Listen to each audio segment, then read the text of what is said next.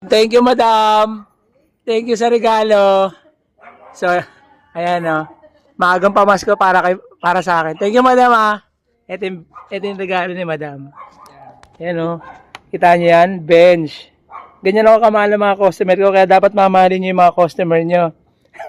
Thank you, madam. Thank you, Clyde. Thank you po. Thank you. So, ayan guys. Binigyan tayo ng isa sa mga customer natin ng pamasko. Yun, ganito sa area ko. Laging tuwing magkapasko, meron akong nare-receive na pamasko galing sa mga customer ko. Napakabait na ito, napabuting tao na itong customer ko na ito. So, wala akong masasabi sa pamilya Clavejo. Lalo na ito, galing to kay Ma'am Cindy.